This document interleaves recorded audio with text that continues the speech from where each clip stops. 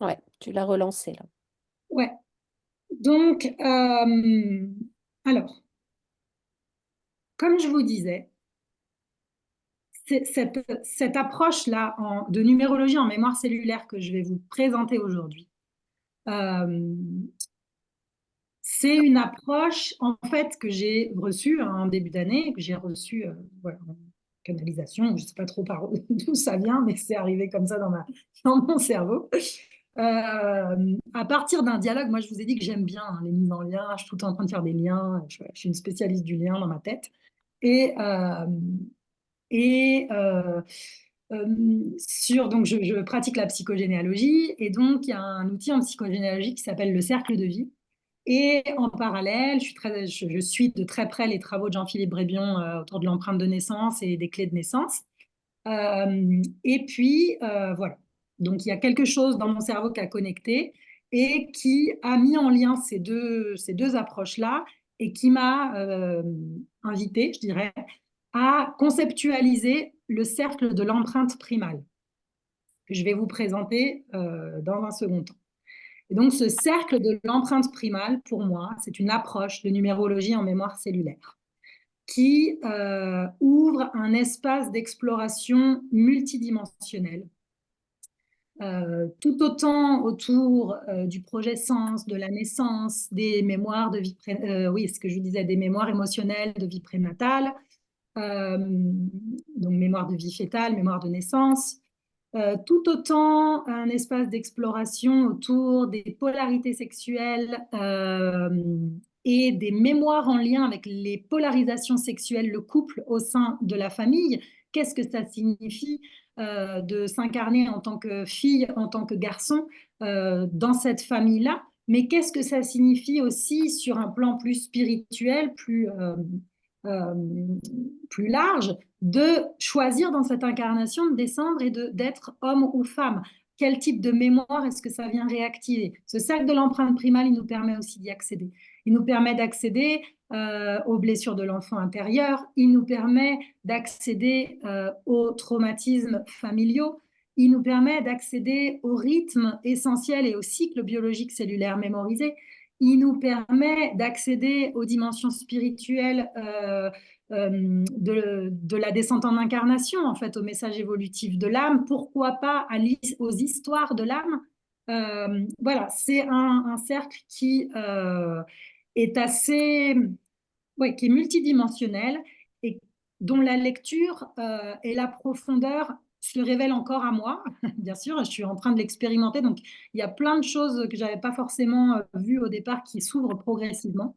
Et c'est très chouette. Donc, c'est une approche qui peut être utilisée, je dirais, toute seule, mais que moi, j'aime mettre en perspective et en parallèle avec un thème de numérologie de la métamorphose. Je trouve que ça amène vraiment des informations d'une subtilité extraordinaire, que j'aime mettre en perspective avec un thème d'astrologie, parce que ça amène aussi une subtilité dans l'analyse et la compréhension de ce qui se joue. Et puis ensuite, mettre au travail ce cercle de l'empreinte primale avec différents types d'outils, comme je vous le disais, le cercle de vie, comme le tableau autour des cycles biologiques, comme tout un ensemble d'autres travail autour d'autres outils pour aller recontacter et transformer les blessures de l'être transgénérationnelles, etc., etc. Euh, voilà. Donc, numérologie, approche de numérologie en mémoire cellulaire, vraiment au travers de ce cercle de l'empreinte primale. Donc le thème, je dirais, de la personne, il est représenté sous forme de cercle que je vais vous présenter, bien sûr. Et ce cercle, c'est une représentation de la vie qui circule hein, à travers chaque être incarné, chacun d'entre nous. C'est Jean-Philippe Brébion qui dit que chaque être est un univers unique, original et singulier.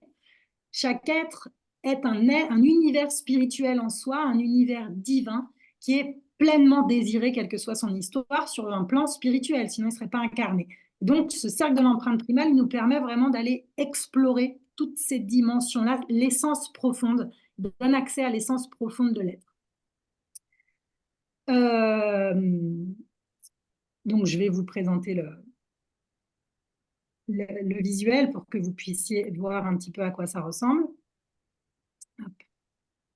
Donc, c'est une représentation. Oups, là, vous avez quoi sous les yeux? Cercle de l'empreinte primale. Ok, Numérologie en mémoire cellulaire. voilà. Là, vous le voyez en entier? Oui. Ok. Donc, la représentation, le graphisme, il est circulaire.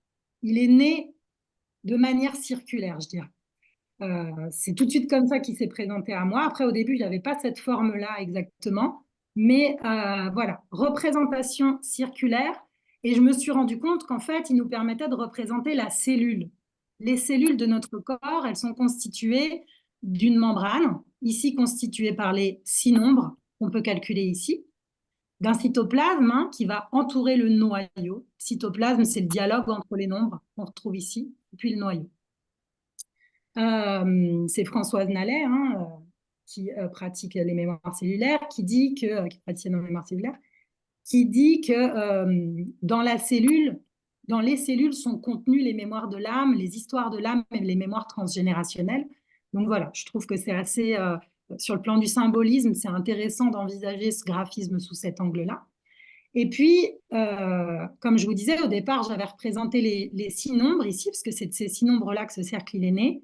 Et puis après, il y a le nombre central qui est apparu. Et puis, avant l'apparition du nombre central, il y a le dialogue entre tous les nombres qui sont apparus là.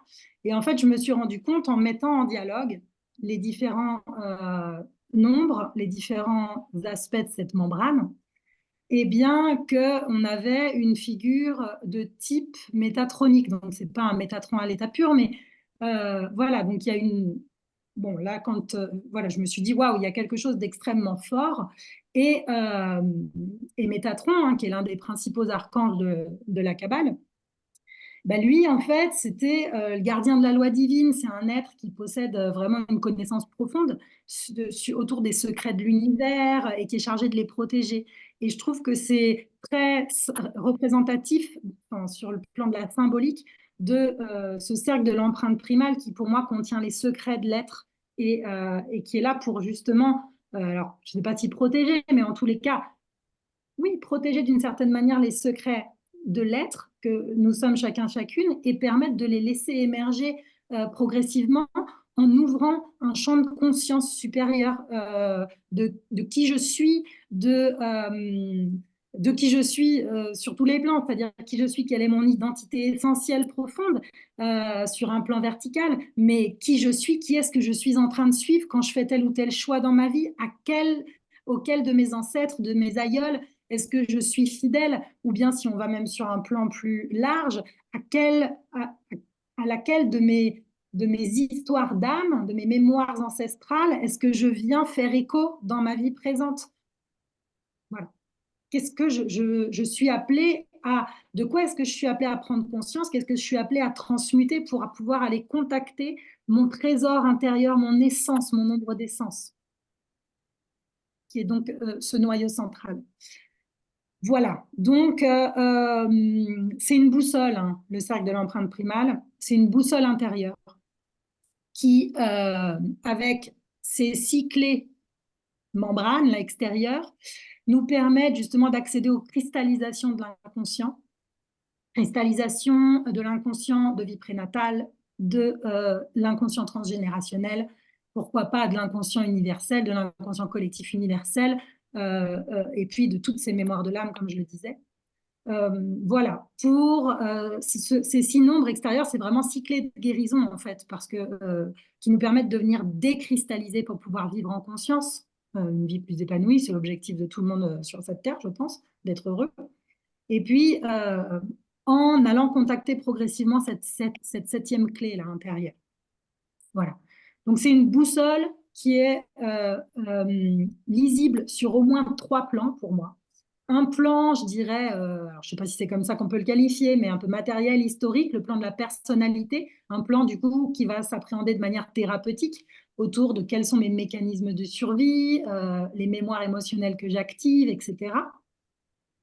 Un second plan qui va être le plan de l'expérimentation, dans cette vie, qu'est-ce que j'expérimente, quelles sont les clés à ma disposition, où se situe ma zone de créativité pour pouvoir justement aller transmuter les mémoires qui viennent me maintenir eh bien, dans un état justement de peur, d'immobilité ou cette personnalité, là, la personne qui est alitée, qui n'arrive pas à se verticaliser, à se mettre debout, hein, à s'individualiser.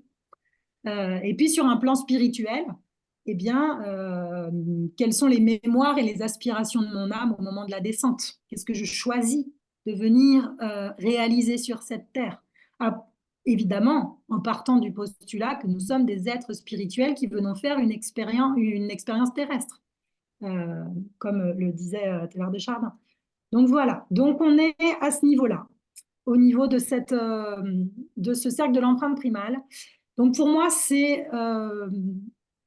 voilà, c'est une approche qui va permettre de saisir le sens spirituel de l'existence et de pouvoir harmoniser les expériences de la vie terrestre en offrant justement un éclairage sur les histoires de l'âme, les empreintes transgénérationnelles, les empreintes de la vie fétale avec lesquelles on arrive justement chacun et chacune en incarnation.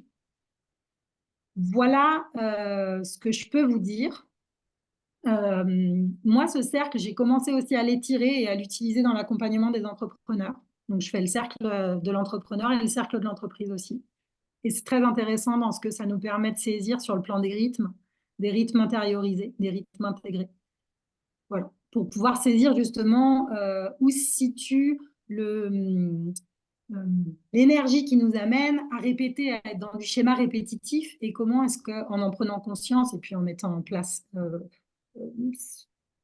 voilà, des approches, des rituels de libération, est-ce qu'on peut se saisir de ce qui est à des clés qui sont à des ressources hein, qui sont à notre service pour dépasser tout ça. Voilà ce que je peux vous dire déjà. Donc, les 6 nombres clés de ce cercle, on a donc le nombre de descentes en incarnation, le nombre de conception, le nombre de polarisation sexuelle, le nombre de complétude. Qu'est-ce qui fait que je peux me sentir complet hein, parce que la grande souffrance de l'être humain, c'est de penser qu'il est divisé, de croire qu'il est divisé. Donc, quelle énergie me permet de me sentir complet?